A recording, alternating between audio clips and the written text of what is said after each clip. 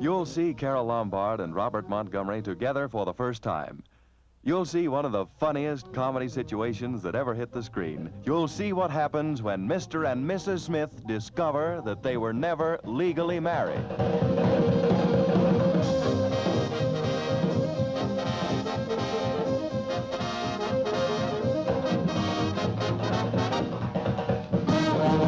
Welcome to another episode of Foreign Correspondents Deeper into Hitchcock podcast. My name is Michał Oleszczyk and I'm joined as always by my co-host Sebastian Smoliński. Hello.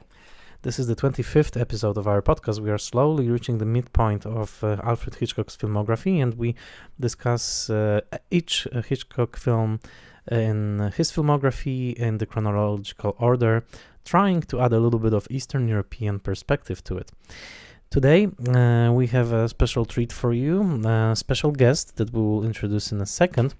However, first of all, let's discuss the film briefly ourselves. The film is Mr. and Mrs. Smith, not to be confused with the Brangelina Mr. and Mrs. Smith. And the film stars Robert Montgomery and, crucially, Carole Lombard. We will be talking later in the episode with Olympia Kiriakou, who wrote a book, Becoming Carole Lombard. We will be talking about the star persona of this wonderful actress, prematurely deceased, and about this particular movie and its place in Carole Lombard canon and in Alfred Hitchcock canon. The first thing to know about Mr. and Mrs. Smith is that it's a screwball comedy. It's a film that doesn't seem like a Hitchcock film at all. It's a pure comedy with no suspense elements, and it fits very nicely with the general themes of screwball, such as the comedy of remarriage.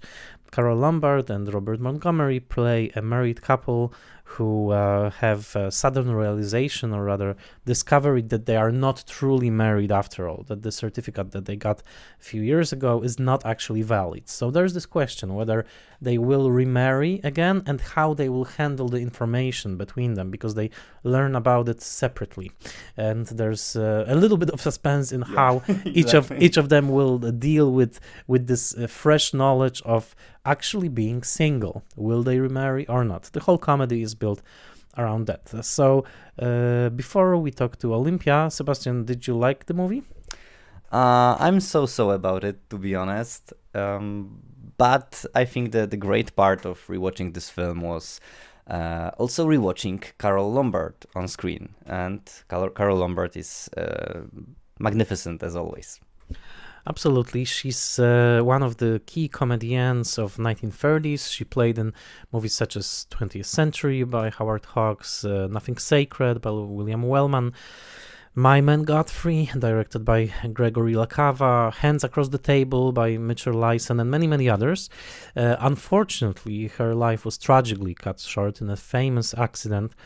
She was only 33 when she passed away, and we will talk about this, of course, with Olympia. I was also a little bit disappointed by this film. I remember watching it many years ago, at least 20 years ago, and back then it seemed to me very witty, very funny. I really enjoyed it.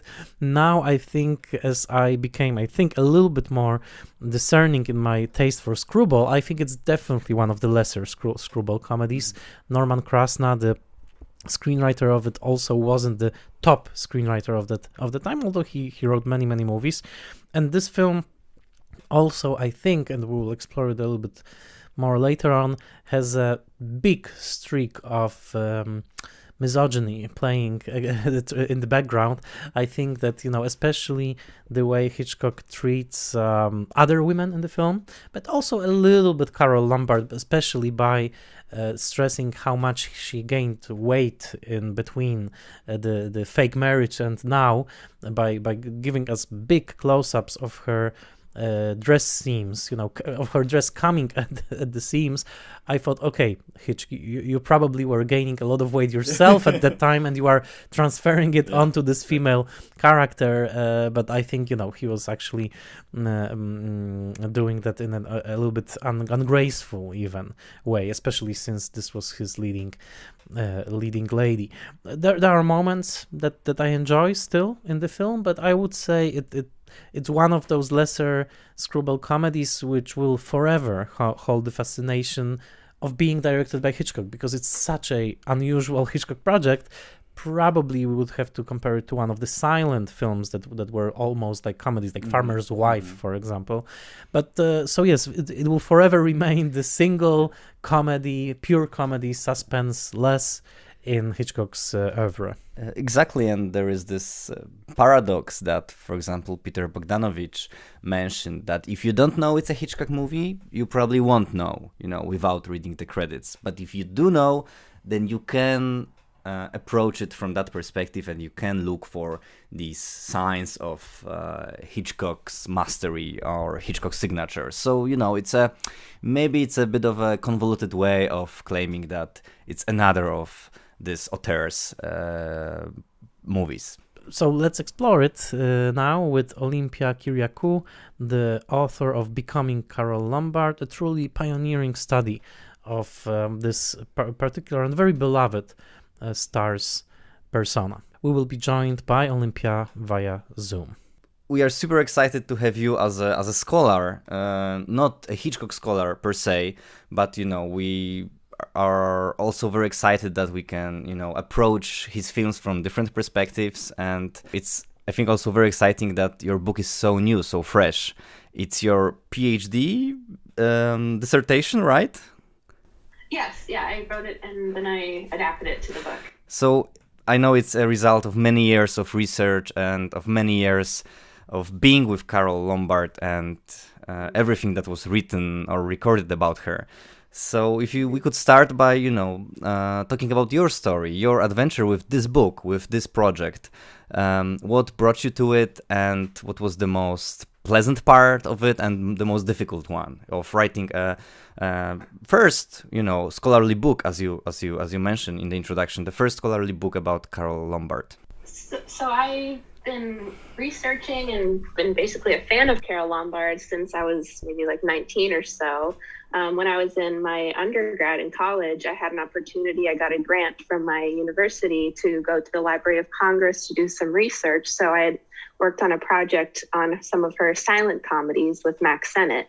And so I finished that project. I put Carole on the back burner while I was doing my master's. And then I picked up the project again for my PhD because I really felt that, well, Carole Lombard's a very popular screwball comedian. There's been very little written about her in terms of her other work and her star persona. So I really wanted to dive into those aspects of her career more deeply.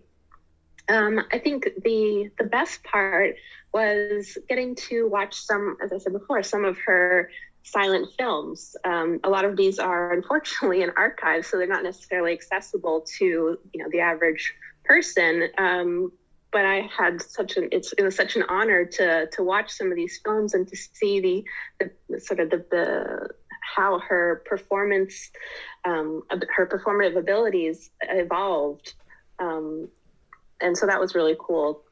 I think the hardest part, whenever you write about a Hollywood star, especially from that classical era, so much of the information about them is filtered through like the studio publicity departments and fan magazines. So everything you read about them as a person, you kind of have to think, well, how much of this has been edited to fit like a certain persona. So always having to keep that in mind when dealing with aspects of her career off the screen and her star persona, her marriages, for example. So, and especially difficult with someone like Lombard, who never gave really any candid interviews. She didn't have a diary, so it was challenging in that respect, but I worked through it.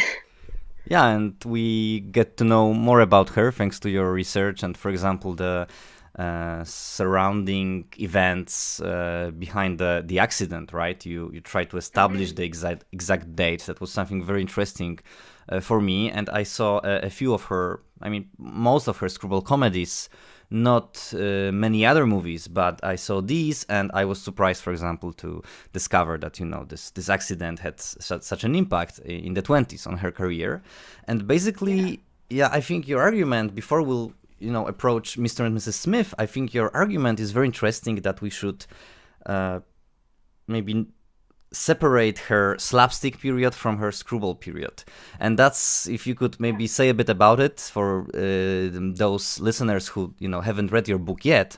Why do you think that's the case, and was it difficult to argue that against many scholars or just commentators who treat it as one? Definitely. So for those of you who are not familiar with Carole Lombard, she worked for Max Sennett from 1927 to 1929. And then her first screwball comedy wasn't until 1934. So you have this fairly substantial period in her late silent, early sound career where she didn't make really any comedies, certainly not anything resembling screwball. During that period, she had just signed to Paramount, and they sort of positioned her as like a glamour girl almost. She had a very refined and sophisticated star persona, very different from what audiences would have known in the mid to late 30s. And so for me, I always found it very curious when I've read scholars argue that there's some sort of connection between her slapstick and her screwball work because of that huge chunk in her career. And really during that time, that 5-year period, I think Paramount really didn't know what to do with her as a star, her as a performer. There was no real indication during that period that she was going to be a comedian. So to make that connection between her slapstick and her screwball work is really, I think, kind of unfounded. And never mind that I don't want to go into sort of like the technicalities of slapstick and screwball, but they are fairly different genres of comedy. So while you can definitely identify some elements of slapstick in her later screwball work, particularly the physical comedy, they are very distinct periods of her career. I also wanted to ask about how slowly approaching Mr. and Mrs. Smith, because this is not a film usually that is mentioned in the Carole Lombard canon. I mean, we usually think of her work with Gregory LaCava or Mitchell Lyson or Ernst Lubitsch, but here there's this unlikely connection that Alfred Hitchcock actually directs a screwball comedy. He directs Carole Lombard, and he delivers a film that's probably unlike any other film that he made. But how do you approach this film? Is it a lesser Lombard film, or is it a typical Lombard production of that time? Where would you place it in let's say Carole Lombard canon? I place it. It's not necessarily as physical as her other screwball comedies. Carole Lombard, compared to some of her contemporaries, physical comedy was a huge part of her performance. So it's in a different category than, let's say, like a Nothing Sacred, where she's very active and combative, and even with My Man Godfrey. But I think it has still those elements of the remarriage plot, of course. It's very sophisticated type of comedy. So I think I categorize it as a screwball with like a little asterisk, maybe. Mm-hmm. So why do you think she was so attracted to Hitchcock as a director? Why did she think that that was a good idea to invite him? Because that's the regular story about this film, right? That she wanted to work with Hitchcock and he did it as a courtesy. So I'm not asking what did she think, but why do you think that based on her ever and Hitchcock's ever? Where are these connections? Where do these sensibilities meet, in your opinion?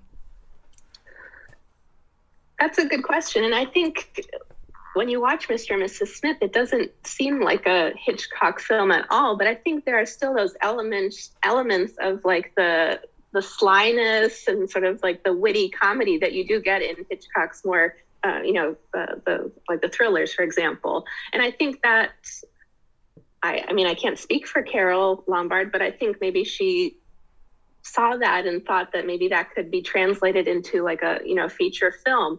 And I think, Hitchcock's reputation at that point, he was just in America, right? And so I assume for her, it was very exciting to be able to work with this, director that she really hadn't had very little contact with at that point. They were friends, they were friendly, but I think for her it was probably an exciting and new opportunity.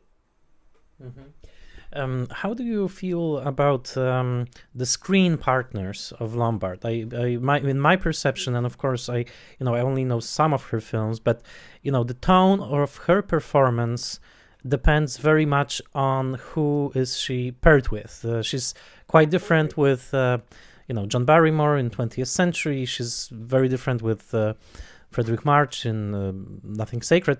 So here, Robert Montgomery, who wasn't, let's say the true leading man of screwball comedies, I would say he was sort of a second tier in that canon. How do you perceive her in pairing with him as his screen partner?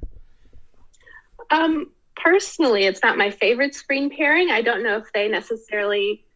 Obviously, their relationship is adversarial in the film, but I still don't know if there is that much chemistry between the two. So it's hard for me personally as a viewer to sort of buy into the relationship between Anne and David Smith.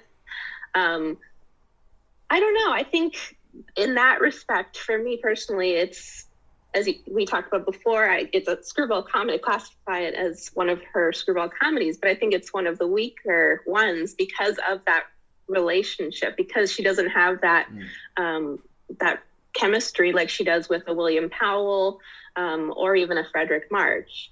So while it's enjoyable, it's not my favorite. Yeah, I also think about Montgomery more as this noir figure, right? Not a screwball one. So I had this feeling, and I don't know if any of you agree, that his friend, the lawyer he's working with, he needs to be even more stiff than the Robert Montgomery character to make Robert Montgomery at least a bit adventurous, right? There has to be this juxtaposition to make him more interesting when he's next to Lombard.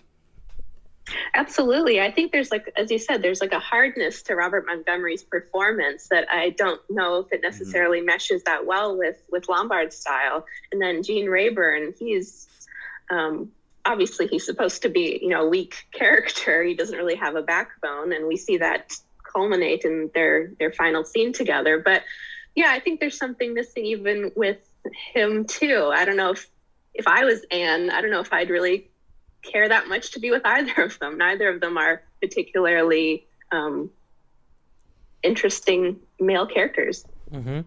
There's also this running trope of a Hitchcock blonde throughout Hitchcock's oeuvre, and probably the epitome of that is Tippi Hedren or Kim Novak. Usually Hitchcock is quite punishing in his relationship to those characters, and usually to the actresses as well who played those characters. Can we fit Carole Lombard into that lineage of Hitchcock blondes? Is she a version of a Hitchcock blonde, or is she a different creation, different creature altogether? I think she definitely, for me, is a little bit different, and I think the relationship that she had with him was also different. I think she sort of took that relationship that he was known for to have with his actresses and kind of pushed back on that. For example, she brought cattle to the set and she put little name tags on each of the cows. One said Carole Lombard, one said Robert Montgomery, one said Alfred Hitchcock, to play upon his, actors are like cattle statement. She was also the only person, I believe, that ever directed his cameo. So she had a little bit of agency in that filmmaking process. For those of you who haven't seen the film, Hitchcock comes out of David and Anne's apartment and the camera pulls back and you see Hitchcock walking down the street. Carole directed that, and allegedly she kind of was, egging him on a little bit, saying, oh, that's terrible, we got to keep doing it again. So they did 20, 30 takes of that just to sort of play with him.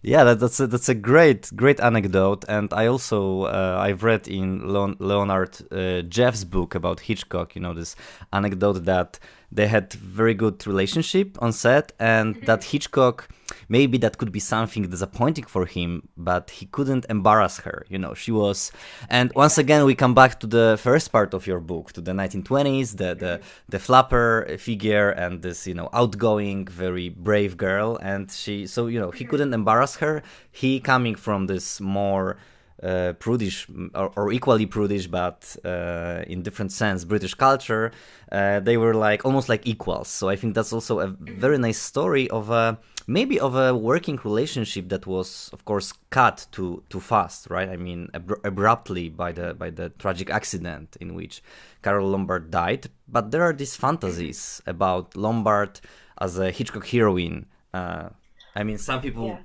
fantasize what could happen later in the 40s, right? Yeah.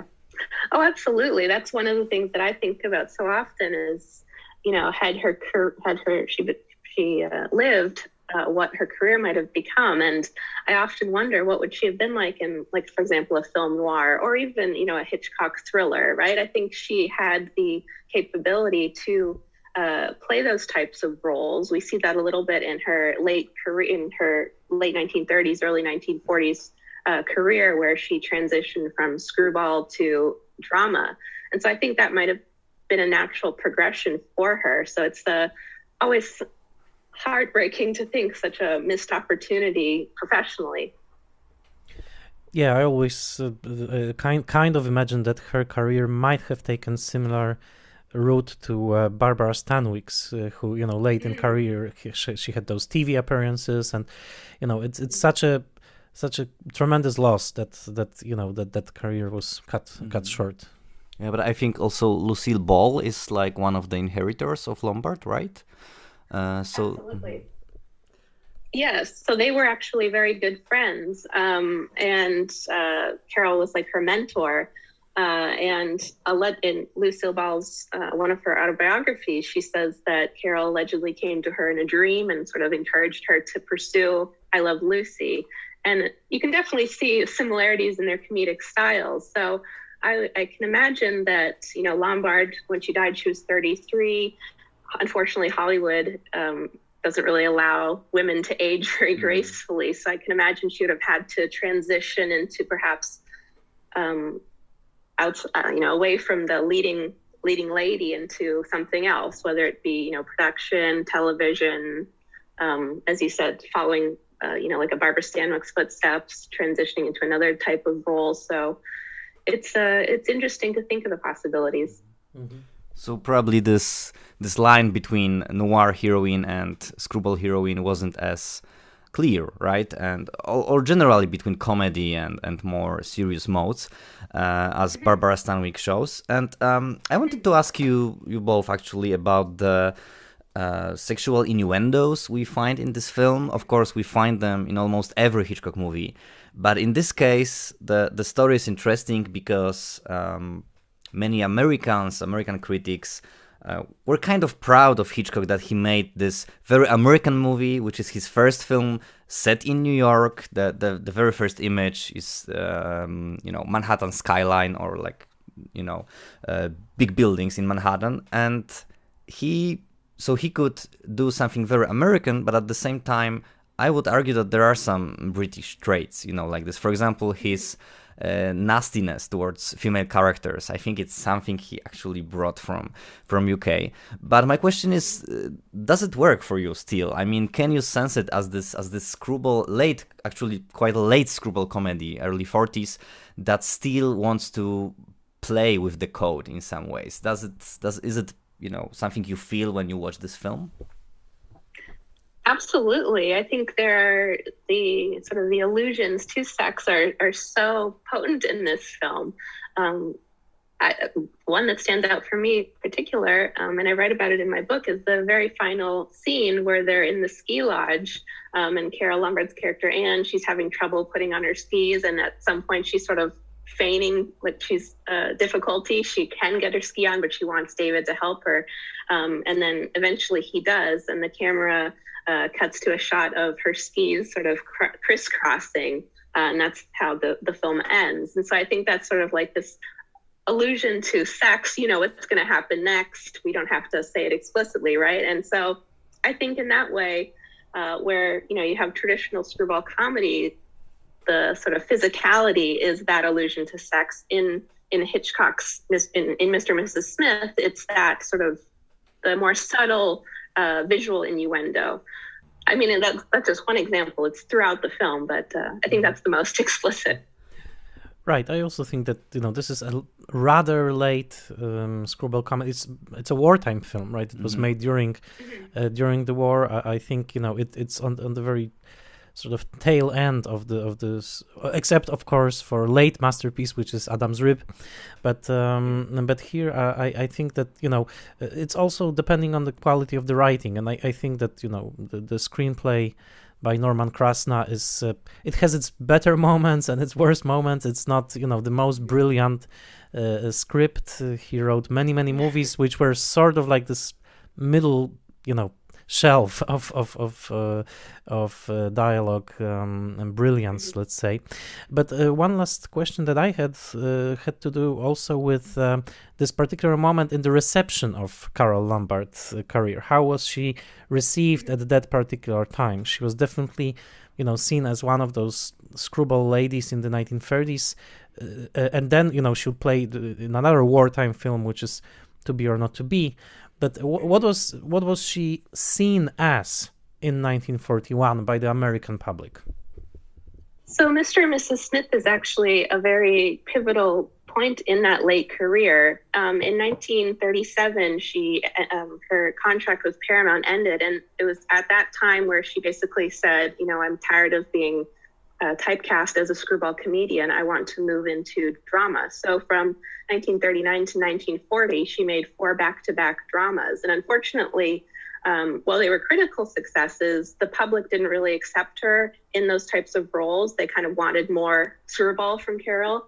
And so I think the poor box office performances of those films really turned her off from pursuing more of those types of projects. So Mr. and Mrs. Smith, it was the last film that she made in a 3-picture deal with RKO. And that was essentially her return to comedy. And I think in that way, it was sort of her coming home. It was a very comfortable type of role. Well, it's not screwball, as we talked about before. It's not screwball in like the My Man Godfrey kind of sense. It was a much more familiar type of role that, audiences would have wanted to see her in. And so I think for her in that way, this film was an enjoyable one to make. And also to comment upon it, also in your book, in the chapter about her screwball comedies, you pursue this line that maybe there were some personal reverberations of this film, meaning that, she was now a wife, I think, right? Wife of Clark Gable, or just a partner? They were married, yes. So that this film in a way also may mirror, their mature relationship, right? That there's these parameters of stardom were kind of connecting these two spheres. Absolutely, yes. She began dating Clark Gable in 1936, and they got married in 1939. And so by that point, by 1939 to 1942, when she died, there was this sort of tension between maintaining her own, I think, independent identity and then being labeled as, Mrs. Clark Gable. And I think you get that same sense with Anne and Mr. and Mrs. Smith, in that, she still loves David. I think that's quite clear by the end of the film, but she does also like that taste of independence. And so you do see those parallels between, screen character and, off-screen persona, right? They're really merging in such a unique way in this film. Mm-hmm. Yeah, I have like 1 or 2 questions to wrap up slowly, but yeah, I think we, one of the, let's say, aims of our meeting could be to claim that Mr. and Mrs. Smith is a forgotten masterpiece of Hitchcock and Carole Lombard, but apparently that's not really the case. I think all of us have this more of a lukewarm approach to this film, and Hitchcock conveniently almost went outside of the picture of our conversation, which is very fine, because part of your study and of contemporary studies of Hollywood is to decenter directors, right? After so many decades of them being at the center. My biggest problem with this film is probably pacing. I just watching Mr. and Mrs. Smith and then watching Gregory Lacava's or Howard Hawks' movies make it clear that, at least in this case, Hitchcock wasn't up to the task when it comes to the timing. For me, that's the biggest problem I have with this film. But also, I cannot stop thinking that this, let's say, perfect setup of this marital problems in a single apartment, because apartment plays an important role in this film, was elaborated by Hitchcock later, for example, in Rear Window. So maybe that film was, important in certain respects. That's more of an observation. But on a more personal note, I wanted to ask you about To Be or Not to Be, so the last Carole Lombard film, because I always tell to my US friends and Polish friends generally that it's probably the best classical Hollywood movie set in Poland, right? So just a simple question, do you like this film? I mean, do you find it enjoyable as much as we do? Oh, absolutely. It's my favorite Carole Lombard film, and it's probably one of my favorite comedies from the 40s. I think it's spectacular. And I think Carole fits so well into that Lubitsch world. And I mean, I think unfortunately so many elements of it are still so relevant today. I always play it in one of my film history classes, and I'm so thrilled that my students always are so into it. They are so receptive of the film and of its comedy. It's fantastic. The last thing, do you have any other book projects on your horizon? Because that was a huge thing, probably, that not probably, it was a huge book, a very important project. Do you have some other plans, professional plans now? So I also, and aside from Carole, I also work a lot on Disney stuff. So I have a chapter coming out in the book next year. In terms of like a big project, I think I'm going to start tackling Clark Gable, in particular his politics. He was unfortunately very involved in HUAC. He was like one of basically the founding members of HUAC. He never testified. So I think that's like an element of his persona that needs to really be explored. Interesting. So we'll be looking forward to that. Well, thank you so much. This was a real honor and a pleasure, and we are sure that this conversation will bring, even more attention to both to your book and to Carole Lombard, who unfortunately passed away so early, but she, left all those wonderful roles. So it was a real pleasure to talk to you. Thank you very much for having me. I really enjoyed talking about Mr. and Mrs. Smith and Carole with you both. Thank you so much. Have a wonderful day. It was really wonderful to have Olympia as our guest. I feel that the subjects that we were talking about were very illuminated by her presence. So I think we all agreed that it's not our favorite Hitchcock film.